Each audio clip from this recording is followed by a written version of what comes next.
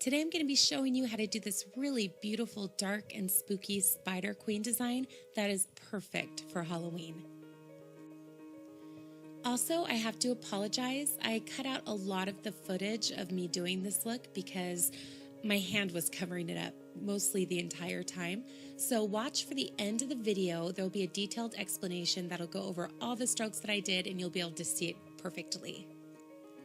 For the placement of the spider, I decided to have it off-centered and with the bottom legs framing her eye to give it a really unique and different look. And that way it brings the shadow of the bottom leg right through her eye, and I loved that look. When doing new designs, try to play with placement and don't always put the main object directly in the center of the forehead. Move it around the face and see how that affects each design, and it will give everything a different and unique look and really expand your face painting abilities. I also tried to give a different look to my web because how many times have we seen a spider and a spider web together on a face painting? Tons of times. So I just tried to make this as different as possible. I overlapped my lines and curved them and put in swirls. It gave it a scroll-like effect and almost made them look like they were blowing in the wind, which turned out to be a really beautiful effect. When I first started doing it, this is the first time I've done my webs this way, I wasn't sure about it, but then after I was finished, I think I'm always going to do my webs this way. It just turned out really pretty.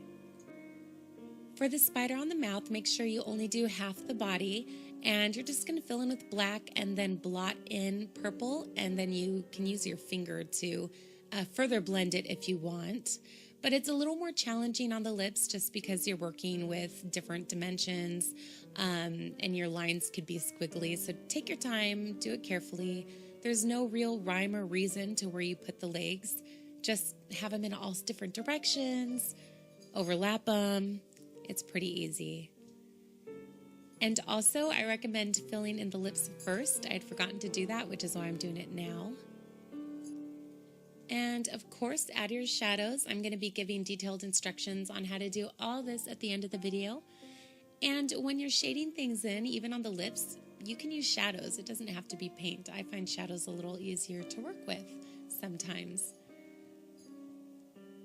I also decided to add the shadows to my webs to give them a more dimensional look, and it really added to the whole piece.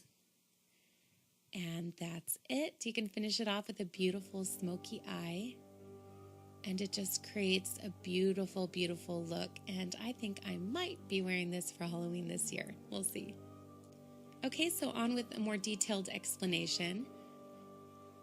You're going to start with drawing a circle and then a little half circle on top of that. And I like to put a little point at the bottom. Then take your purple and add that to the center. You could swirl your brush around or tap it with your finger to blend. The legs are simply a series of teardrops. You're going to press your brush, pull up to a point, and each leg will have 3 segments. So press and pull, press and pull, press and pull. Make sure that the end of your legs are turned around teardrops so it ends in a point like that. To give it the 3D effect, you're going to want to have your legs going all different directions. You need to have some of them overlapping each other. That's what's really going to give it the 3D effect. So as you can see here, I'm going to overlap these 2 legs to make it look like the legs are walking over each other. Also, make sure some of the legs are bending back on themselves. For the shadow, just take black, water it down with water like you see here until you get a very, very thin black paint.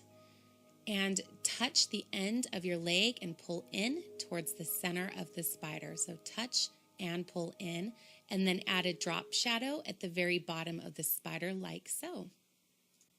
The highlights are going to really help everything to stand out and to really pop. So just add some highlights to each segment with the concentration of your highlight being at the joints. So you're going to press and pull at each joint, and you could even go over it a second time at the very tip of the joints to bring it out even further. Add a few highlights on the body, and that's all for the spider. For the web, just lightly make different flowing strokes, and then wherever you can, connect them. It seems like an odd way to do a spider web, and it might be unnatural at first, but just put a U wherever you can think to put one, and it'll turn into a really beautiful, lacy looking, blowing in the wind web. Now for the shadow, as you see, I'm overlapping the shadow on top of some of the web pieces to make it look like some of the web is on top of other parts of the web. So just decide what pieces you want to be on top and draw it over. And that is it. That's how you get the beautiful spider and web. I hope you guys liked it. If you haven't done so already, like, comment, and subscribe. Check me out on Facebook. The link to that is below, as well as all the products I used in this video and where you can buy them.